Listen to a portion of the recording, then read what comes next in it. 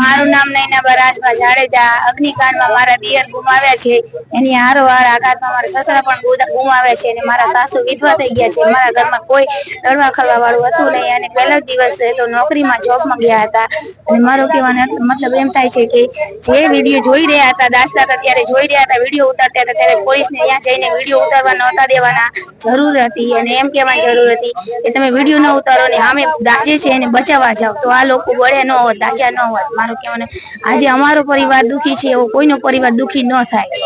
એમ અમારે એટલે અમારી સાથે 25 તારીખે તમે બધા જોડાવ। હું તો એમ કહેવા માંગુ છું આખું રાજકોટ ની પણ આખું ગુજરાત જોડાવ, બધાય જોડાવ તો એનું પરિવાર પીડિત પરિવાર ન થાય કોઈ।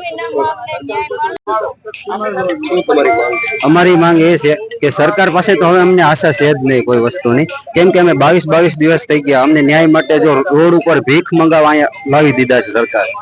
તો હવે અમને આશા છે જ નહીં સરકાર પાસે। પણ જો અમે રાજકોટની પબ્લિકને વિનંતી કરીએ છીએ કે જો તમે અમને સાથ આપશો અને સહકાર આપશો તો એક દિવસ રાજકોટ 25 તારીખે બંધ રાખો અને અમે કહીએ ને નહીં, તમે તમારી દીકરીના તરીકે તમારી એક દીકરો કે દીકરીના વ્યવસ્થાને લઈને તમે જો બંધ રાખો તો સરકાર જાગશે 100% અને અમને ન્યાય મળશે। ઝોનમાં જે નોકરી કરતા એ મારથી નાના હતા, આશાબેન કાતે, હું એની બેન જ બોલ। મારી રાજકોટની પબ્લિકથી દિલથી એક દીકરી તરીકે વિનંતી છે કે તમે સ્વયંભૂત માણસાઈની રીતે જાગૃત થાવ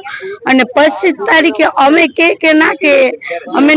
વિનંતી કરીએ કે ના કરીએ, માણસાઈની રીતે તમે જાગૃત થાવ ને તમારી ખુદની રીતે તમે તમારી દુકાનો બધી બંધ કરો, કારણ કે હવે અમારું વ્યક્તિ અમે ગુમાવી દીધું, એ ન આવી શકે। ક્યારે કોઈ બીજા પરિવાર આવું ન થાય, કોઈ સાથે ન થાય। જોકે અગાઉના ઘણા કાંડ એવા બની ગયા કે એમાં કોઈને ન્યાય મળ્યું નથી, જોકે અમને આમાં સરકાર પાસે કોઈ હવે આશા નથી, એટલે જ અમારા પત્રિકા રાજકોટ બંધ કરાવવું પડે, કેમ કે અમને કઈ ન્યાય નથી મળ્યો, અમને હજી સુધી જવાબ નથી મળ્યો ને કોઈ બીજા પરિવાર તો આવી વેદના સહન ન કરી શકે, કોઈ વ્યક્તિ એનું જાય નહીં, એટલા માટે અત્યારે અમે આ ધારના આંદોલનમાં ઉતર્યા છે। બીજી મારી એ માંગણી છે સરકાર કે ફાસ્ટેગમાં કેસ ચલાવો, જે રાક્ષસોને કારણે બેદરકારીને લીધે ટીઆરપી ગેમ ઝોનના જે અધિકારીઓ છે એને લીધે અમે અમારું વ્યક્તિ ગુમાવ્યું, એક આખું પરિવારમાંથી જે અમને પલ પલ યાદ આવે। અત્યારે અમારી વેદના તો કોઈ સમજી જ ન શકે, એને સખ્તમાં સખ્ત કાર્યવાહી કરો ફાસ્ટેગમાં ને 6 મહિનામાં જવાબ આવે એવી રીતના કરો, એ માંગણી છે ને 25 તારીખે દિલથી હું એક દીકરી તરીકે અપીલ કરું રાજકોટની પબ્લિકને કે તમે માણસાઈની રીતે એક દિવસ 25 તારીખે રાજકોટ બંધ કરો તો ને જો અમારી સાથે તમે જોડાવો તો જ હવે અમને ન્યાય મળશે, બાકી સરકારને કોઈની બીક નથી, એ અમને ન્યાય દેવાનું નથી।